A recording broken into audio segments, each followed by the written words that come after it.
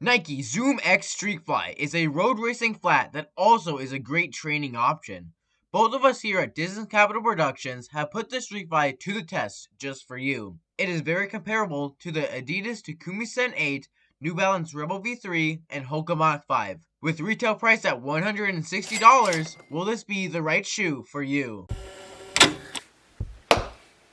I guess we can just hop right in with the upper, starting off with the laces. They're a flat lace. Unlike the Vaporfly and Alphafly, it's a flat lace where the Vaporfly is, what would you call this? Has spikes on it? Spiky laces versus flat laces. At first I thought it wouldn't be as locked in as the Vaporfly, but it actually did pretty well. I never had problems with the laces, and length for the laces was fine. I always do runner's knots, so yeah, length was fine, no problems there. Sometimes they get I found they could get a little too tight, and they'd almost kind of dig into your upper midfoot, but that was the only problem.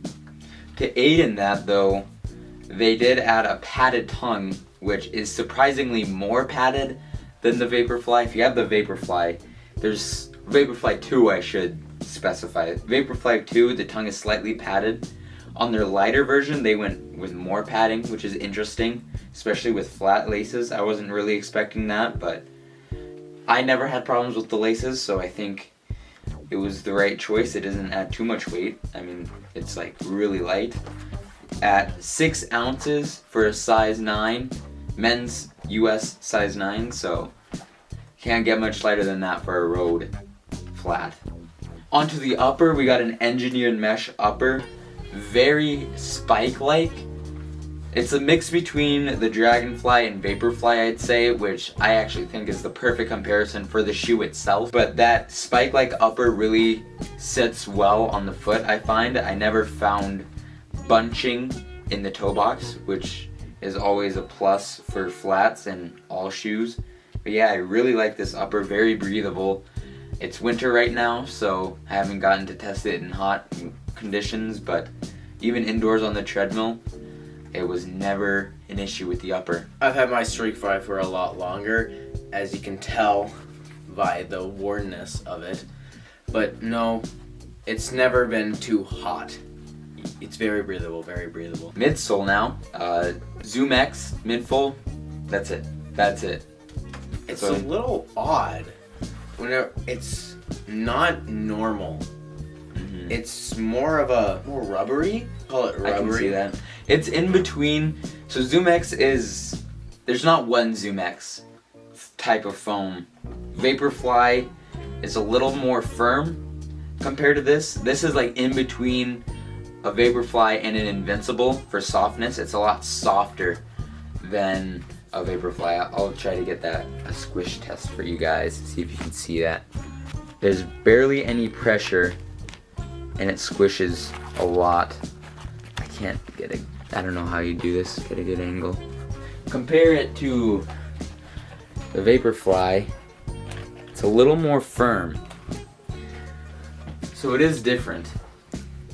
Yeah, and what I mean by the rubberiness of it, it's I don't think you can take the Vaporfly and kind of it's like a foam. More of a foam is what you would think of it. Then you take this. Yeah. I think they have a coating on the outside of the foam just for added durability. Yeah, is it the coating that does it? Probably, that's my guess. It was just something that I've never seen really on a shoe before, and it was interesting when I first got it. Very confused. As far as paces go for this midsole, I've had runs from 300-meter reps for pre-meet all the way up to a 1K fartlek, so about 5K, 10K pace. So, and it's done great for every one of those. Definitely leans more towards the faster stuff.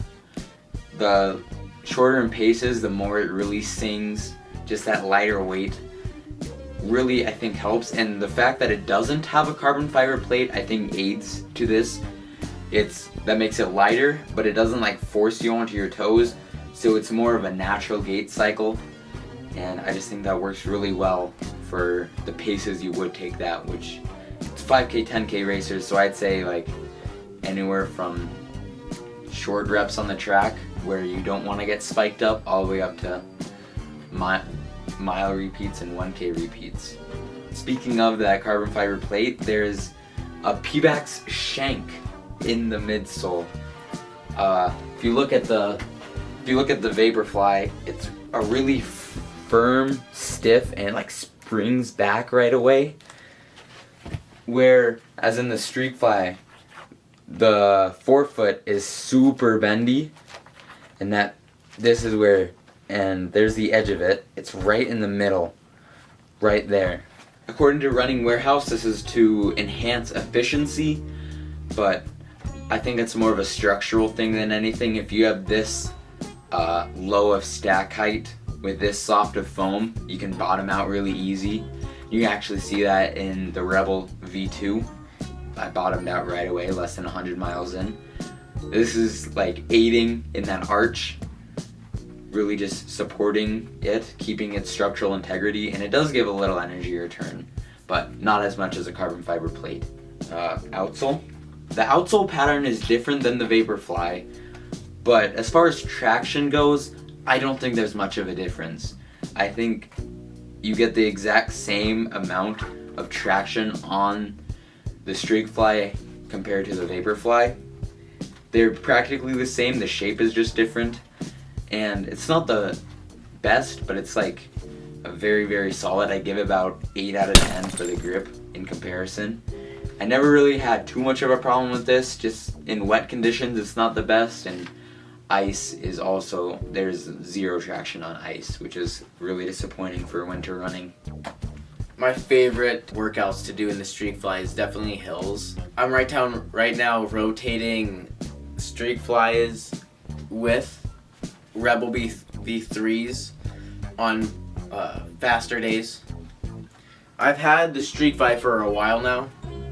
I have over 100 miles in it in this pair, and I've really liked them. Sometimes it can be the limited amount of padding. You can really feel that, especially whenever you're on a different surface, such as gravel, which is something I've logged a lot of miles on, which is why it's so dirty. You can sometimes feel rocks, which is something I thought that I didn't like the shoe at first. Whenever I took it back onto pavement, it turned out it's pretty good. I really like it, especially for hills. It's definitely not a toned down Vaporfly. It's more of a spikeless Dragonfly. It's closer to that Dragonfly feel because you're closer to the ground, more responsive, and it's not as aggressive. The plate in the Vaporfly really forces you on your toes, really aids in your gait cycle, whereas this shoe and the Dragonfly are a little more relaxed, but not less fast, if that makes sense. It's more comfortable, I think, that way. You can definitely get up on your toes because it's really light, but it's not forcing you there. So I think this works really well at a myriad of paces. You know, hills are great, grass reps where you don't want to get spiked up, and track reps where you don't want to get spiked up. And I think that's where this shoe is best. It was more designed for, it's the 5K, 10K racer, but realistically, as a trainer, if you don't want to get spiked up, save your legs a little bit more, reduce your risk of injuries, go with these. Track season's right around the corner, indoor season's right now.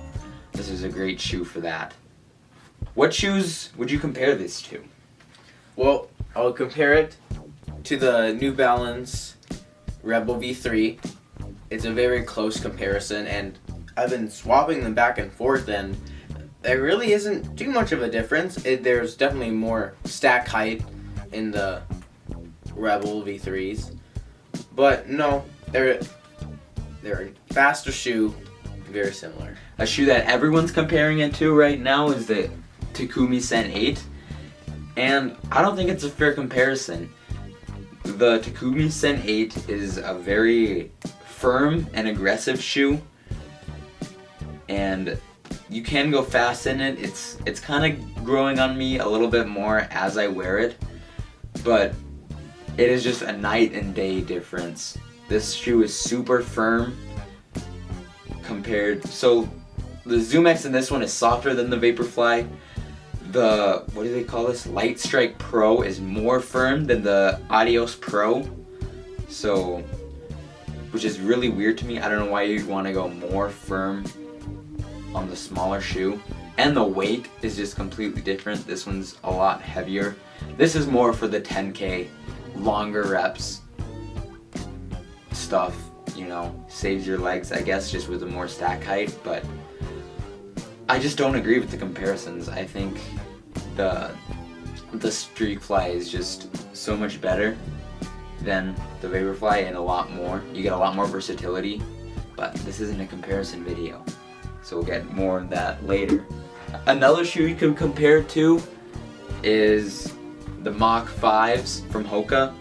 They fit a similar category, but you're getting more durability out of the Hoka shoe, and you're getting more of a wider range of paces. This is definitely closer to the daily trainer type feel. You can definitely get up there in paces, but this is just a little faster. I also wouldn't want to take this on a steady state run where I could with this. So it definitely depends on the session you're looking for, but track sessions, anywhere where you're going fast, I'm gonna grab this more often than any shoe, really. Hoka, Adidas, New Balance, anything. Final notes on the Streakfly? I like them. They're a pretty good shoe, and I enjoy my time running in them. They're a good shoe, and you heard all the comparisons. If you liked one of those shoes, then you'd probably like the Streakfly. Yeah, this shoe is coming up to outdoor track season. This shoe is I'm definitely gonna take it for some races where I don't want to get spiked up. Maybe after I hit some standards and they're more of a workout type races, definitely gonna be wearing this shoe over Dragonflies. Just save those miles. Psst. Hey, the video's over now, but if you wouldn't mind subscribing, that'd be great. I know this video is very long, especially for a shoe review, but we appreciate you sticking it out. Now that you have found a nice trainer to use, click on this video to find the right pair of spikes for you.